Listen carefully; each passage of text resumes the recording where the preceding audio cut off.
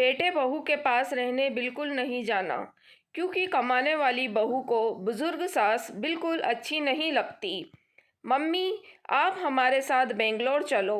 पापा थे तो अलग बात थी, अब आप अकेली यहाँ गांव में कैसे रहेंगी? बेटे अनिल ने कहा तो मैं असमझ में पड़ गई। हार्ट अटैक से हुई इनकी अचानक मौत से मैं अपने आप को लाख कोशिश के बाद भी संभाल नहीं पा रही थी। 12 दिन हो जाने के बाद सभी मेहमान चले गए थे। बेटा अनिल और बहू अनीता दोनों ही इंजीनियर हैं। मेरी सहेलियों ने मुझसे कहा कि बेटे बहू के पास रहने नहीं जाना, क्योंकि कमाने वाली बहू को बुजुर्ग सास बिल्कुल अच्छी नहीं लगेगी। उसकी आज़ादी में तुम्हारे जाने से खलल पड़ेगी। वो तुम्हें ताने मार मार कर तुम्हारा जीना हराम कर देगी।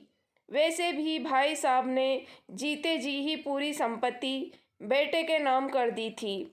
ऐसे में तो पूरी संभावना है कि बेटा बहू यहाँ का मकान बेचकर माल तो सब ले लेंगे और तुम्हें पाई पाई के लिए तरसा देंगे। लेकिन बेटे बहू के साथ जाना मेरी मजबूरी भी थी। 60 की उम्र में अपने घुटनों के दर्द के कारण मैं अपनी किराना दुकान चलाने में असमर्थ थी। 12 दिन के कार्यक्रम का पूरा खर्चा बेटे ने ही किया, लेकिन छोटे मोटे खर्च के लिए बेटे के आगे हाथ फैलाना मुझे ठीक नहीं लगा और जो थोड़े बहुत पैसे हमने जमा कर रखे थे वे खर्च हो गए। अब हालात ये थे कि मेरे पास 100 रुपये भी नहीं थे। असमझ में मैं अनिल का कोई जवाब नहीं दे पाई। इतने में अनीता ने कहा, मम्मी जी, बताइए कि कौन कौन सी साड़ियाँ रखनी है, मैं आपकी सूटकेस पैक कर देती हूँ। अनीता के ऐसे कहने पर मैं कुछ बोल नहीं पाई और सचमुच इन लोगों के साथ बेंगलोर आ गई। अनिल और अनीता दोनों ही मेरा पूरा ख्याल रखते, सभी साथ में ही खाना खाते। अनीता मेरी पसंद के हिसाब से खाना बना देती। दोनों की यही कोशिश रहती कि मुझे इनकी याद ना सताए, मैं खुश रहूं। 8 साल का पोता चिंटू तो दादी माँ कहकर मेरे आगे पीछे घूमता रहता। मैं कोई भी चीज़ के लिए बोलती तो वो चीज़ मुझे बराबर लाकर दे देते। ये सब देखकर मेरा मन तो को बहुत शांति मिल रही थी। मैं सोचने लगी कि लोग बेवजह ही आजकल के बच्चों को बदनाम करते हैं कि वे लोग बुजुर्ग माँ बाप की कदर नहीं करते। खासकर यदि बहू कमाने वाली हो तो वो सास को नौकरानी ही समझने लगती है। अनीता भी तो कमाती है, लेकिन कितने अच्छे से घर और दफ्तर दोनों संभालती है, कभी कोई ताना नहीं मारती। वो तो मुझे ही लगता है कि वो ऑफिस और घर दोनों जगह का काम कर थक जाती होगी, इसलिए मैं ही थोड़ा बहुत काम कर देती हूँ। लेकिन बेटा बहू दोनों ने कभी भी मुझे किसी काम के लिए नहीं कहा।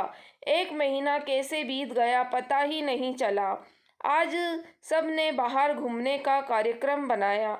मॉल में घूमते घूमते अनिल और अनीता एक दुकान से कुछ खरीदारी करने लगे। मैं और चिंटू थोड़ा आगे निकल गए। आइसक्रीम की दुकान पर चिंटू ने कहा, दादी माँ, मुझे आइसक्रीम खानी है। मेरे ऊपर तो मानो बिजली गिर गई, क्योंकि मेरे पास तो पैसे थे ही नहीं। इतने दिनों में पैसों की कोई ज़रूरत महसूस भी नहीं हुई थी। अब क्या करूं? मेरा उतरा हुआ चेहरा देखकर चिंटू ने फिर कहा, दादी माँ, प्लीज़ ले लीजिए ना। सॉरी बेटा, मैं अपना पर्स घर में ही भूल गई। मेरा ऐसे कहने पर चिंटू ने मेरी तरफ कुछ अजीब नज़रों से देखा। उसे लगा कि आइसक्रीम ना खिलाना पड़े, इसलिए मैं बहाना मार रही हूँ। लेकिन मैं कर भी क्या सकती थी? मुझे अपनी बेबसी पर रोना आने लगा। मैं कैसी दादी हूँ कि अपने पोते को आइसक्रीम भी नहीं दिला सकती। इसके जाने के बाद पहली बार मैं अपने आप को बहुत ही असह्य महसूस कर रही थी। हमने बाहर डिनर किया। अनीता ने मेरे पसंद की काजू कड़ी ऑर्डर की थी, लेकिन मुझे उसमें भी स्वाद नहीं आ रहा था। घर आने पर थोड़ी देर सभी ने टीवी देखी। अनिल सोने चला गया और अनीता चिंटू के कमरे में गई ताकि मच्छर की टिकिया लगाकर उसे ब्लैंकेट आदि देकर सुला दे। मैं भी अपने कमरे में सोने जाने लगी। इतने में मुझे चिंटू की आवाज़ सुनाई दी। मम्मी, दादी माँ बहुत ही कंजूस है। तू ऐसा कैसे बोल रहा है? हाँ मम्मी, आज मॉल में घूमते वक्त मैंने दादी माँ को आइसक्रीम दिलाने को कहा तो उन्होंने कहा कि मैं अपना पर्स घर ही भूल आई है। कितना अच्छा है ना मम्मी कि बाहर जाओ तो पर्स ही साथ में ना ले जाओ तो कुछ खर्च ही नहीं होगा। कंजूस दादी माँ। ये क्या है चिंटू? दादी माँ के लिए ऐसा बोलते वक्त तुम्हें जरा भी विचार नहीं आया? क्या तुम उनके दुख को समझ सकते हो कि वो फिलहाल कितने दुख में हैं? दादी माँ को क्या दुख है? बेटा, अभी तक दादी माँ और दादाजी गांव में एक साथ रहते थे। अब अचानक दादाजी हम सबको छोड़कर चले गए। जिस व्यक्ति के साथ हम 24 घंटे रहते हैं, साथ में उठते बैठते हैं, साथ में खाना खाते हैं, अपना दुख सुख शेयर करते हैं, वो ही अचानक हमसे दूर चला जाता है तो कितना दुख होता है। ये अभी तुम नहीं समझ सकते। सोचो, अचानक तुम्हारे मम्मी पापा तुमसे बहुत दूर चले जाएं, इतनी दूर कि कभी वापस ना आए तो क्या तुम्हें दुख नहीं होगा? नहीं मम्मी, मैं आप लोगों के बिना नहीं रह सकता। बेटा, फिर सोचो दादी माँ दादाजी के बिना कैसे रह रही होगी। ऐसी स्थिति में यदि वो अपना पर्स घर में भूल गई तो तुमने उन्हें कंजूस तक कह दिया। तुम्हें तुम्हारे प्रति उनका प्यार नहीं दिखा।